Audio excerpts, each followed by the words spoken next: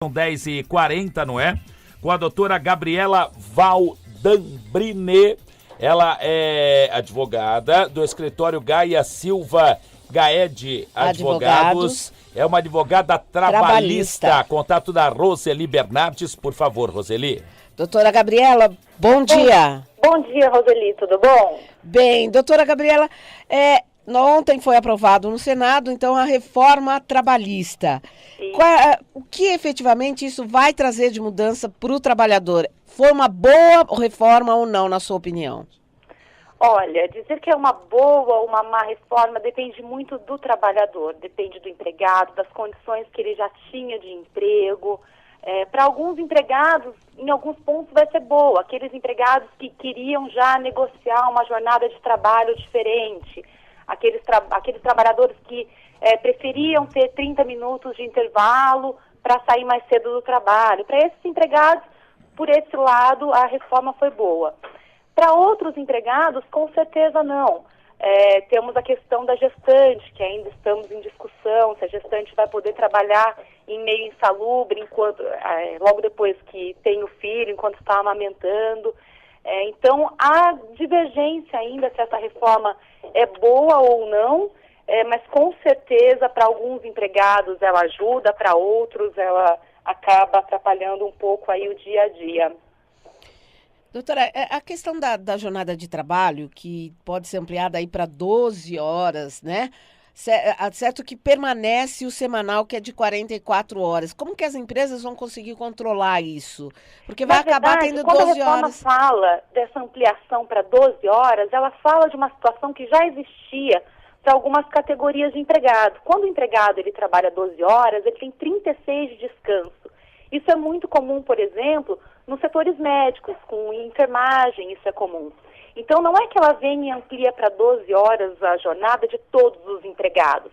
Não, ela regulamenta uma situação que antes os nossos tribunais já vinham aceitando, que é uma jornada de 12 horas de trabalho com 36 de descanso. E a forma de controle não foi alterada. Isso é controlado por meio de cartão de pontos, seja ele eletrônico, seja manual. Então, a forma de controle não mudou. Nesse ponto especificamente, eu entendo que não houve nenhum prejuízo para o empregado, só foi regulamentada uma prática que já era utilizada por muitos empregadores e muitos empregados em determinados setores de atividade. Doutora, e com relação aos acordos coletivos, não vai ficar uma coisa... Porque vai ser uma categoria vai ser de um jeito, a outra categoria vai ser... Porque os acordos parece que vai prevalecer sobre a própria lei, né? Sim, o acordo ele vai prevalecer sobre a lei em alguns pontos. Desde já é importante falar que a lei já trouxe limitações. Ainda que ela tenha ampliado a possibilidade de negociação, ela trouxe limitações. Então, o acordo coletivo ele não vai poder tratar, por exemplo, sobre normas de saúde e segurança do empregado. Ele não vai poder tratar, por exemplo, sobre os benefícios previdenciários, que é o seguro-desemprego, salário-família. Ele não vai poder falar sobre o adicional de hora extra, sobre licença maternidade. Então, tem alguns pontos que a lei deixa claro que ele não pode regulamentar. Aumentou, claro, o poder de negociação. Agora ele pode falar sobre temas que antes ele não falava. A questão de diferenciar, de ficar muito diferente de um empregado para o outro, entendo que é exatamente essa a ideia do acordo coletivo, diferenciar as categorias. Porque cada categoria de empregado precisa de benefícios específicos. Como a gente falou lá atrás, essa jornada, por exemplo, de 12 horas com 36 de descanso, ela é boa para alguns empregados, mas ela não é para outros. Então, isso, o sindicato agora ele pode negociar com mais tranquilidade. Então, para aqueles empregados que essa jornada é benéfica, ele vai poder negociar. Para aqueles que não será negociado. Acho que aqui vai ter muito da sensibilidade do sindicato em perceber aquilo que é bom para o empregado, para aquela categoria de empregados e trazer benefícios, usar esse acordo para trazer benefícios específicos para aquela categoria. Então, sim, diferenciar os empregados, mas na medida que eles precisam dessa diferenciação. Doutora Gabriela Valdambrine, advogada trabalhista do escritório Gaia Silva Gaed Advogados. Luciano Fatioli, bom dia para a senhora. Me diga uma coisa, de todas essas mudanças, enfim, qual é a melhor? Qual é a mudança que a senhora considera, sem sombra de dúvidas, a maior vitória para os trabalhadores, hein? Olha, não diria que vitória, eu não vejo aqui como vitória dos empregados, mas o que eu vejo é que, por exemplo, essa jornada 12 por 36 é um ponto positivo, porque agora eles têm essa liberdade, essa segurança de que essa jornada é reconhecida. Então, mas não vejo como vitória porque era uma situação que já existia.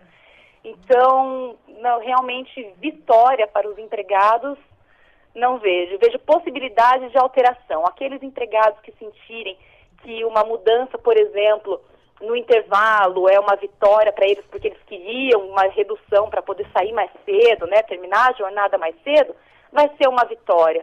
Mas não vejo como uma vitória ampla, assim, que a gente possa falar para todos os empregados. Isso foi muito bom para todos os empregados. Não vejo dessa maneira. Alguns vão dizer que a queda do imposto sindical foi uma vitória. Não ser mais obrigado a contribuir para todos os sindicatos. Mas essa é uma questão que ainda está sob análise, que há a possibilidade do veto do presidente ainda, e há muita discussão se isso vai ser vetado ou não. A sugestão é que saia uma medida provisória ainda para não parar de uma vez o imposto, mas que ele seja reduzido progressivamente.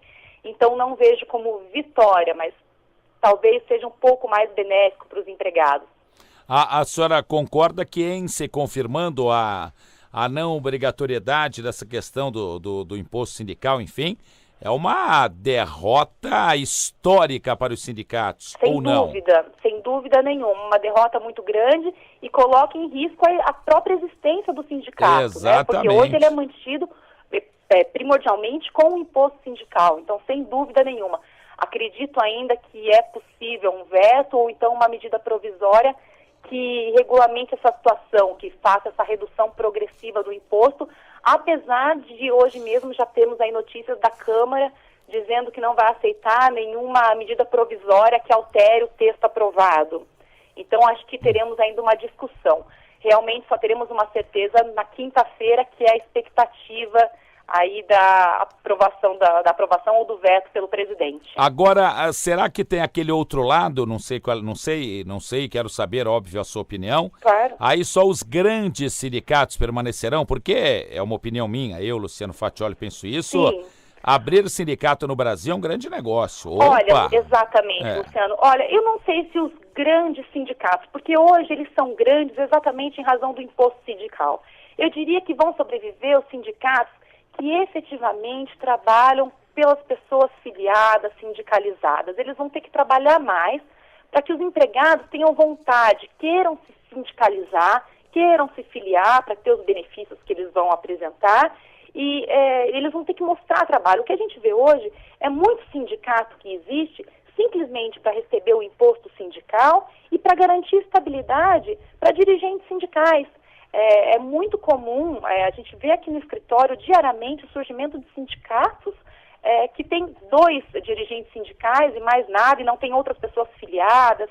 É muito comum. Para quê? Para garantir estabilidade, que era um ponto também extremamente discutido.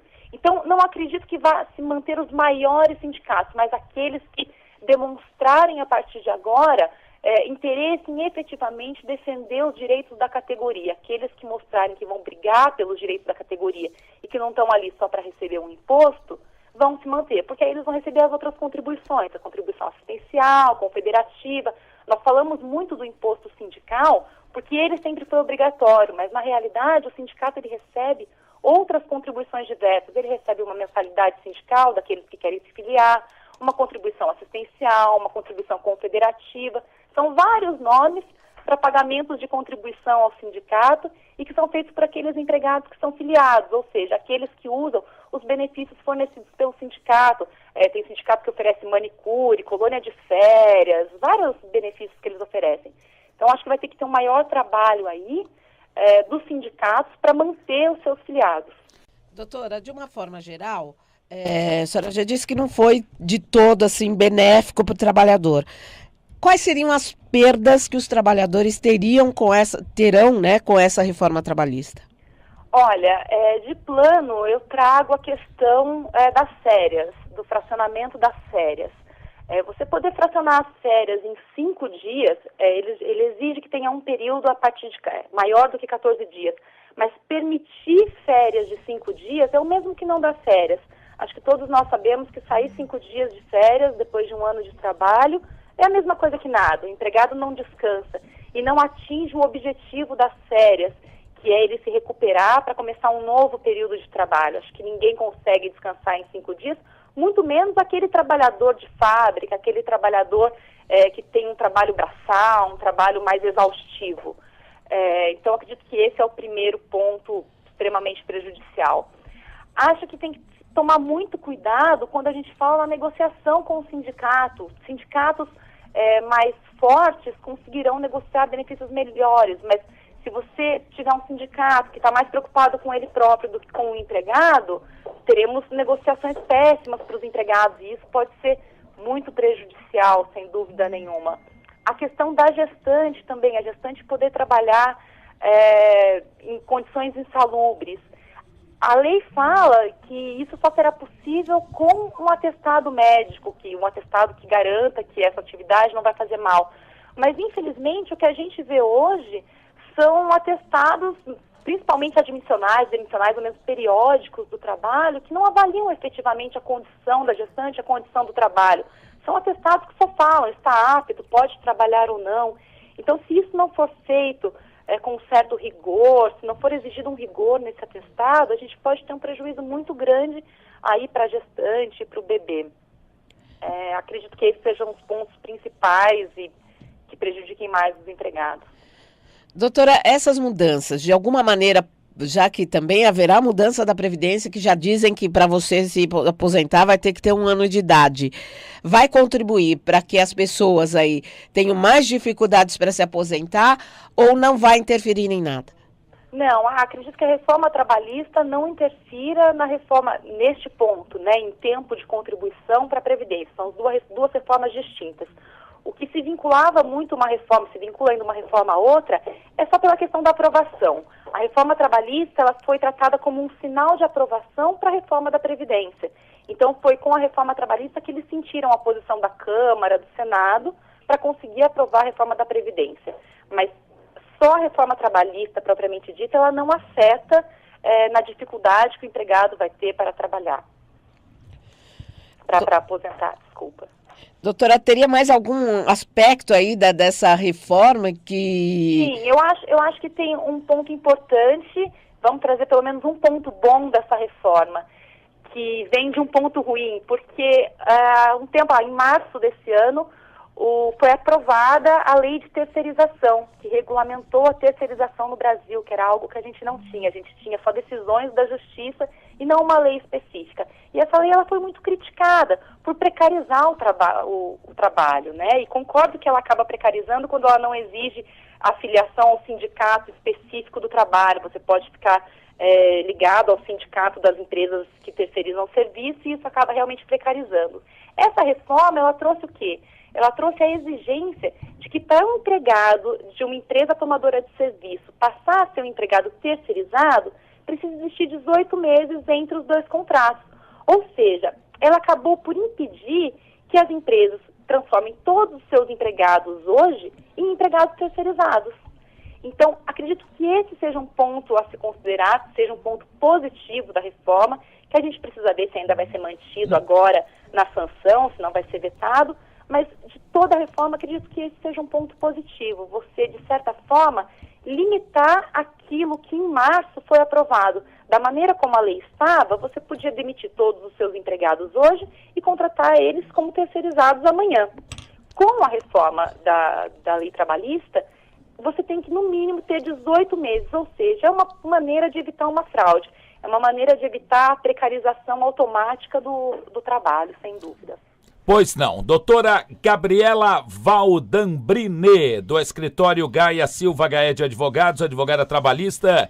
É muito oportuna, hein, a sua participação. A senhora fala fácil, fala de maneira simples e Obrigada. Às vezes um tema enrolado, a senhora desenrola, como se diz falando na gíria aí, as pessoas Obrigada. entendem da melhor maneira. Vamos, né, Roseli, convidá-la, se possível, quando quiser vir aos estúdios para a gente falar que o tema é vasto, é amplo, né? Sem dúvida, Luciano, estou à disposição, vamos conversar, sim, acho que tem bastante coisa para a gente conversar sobre a reforma.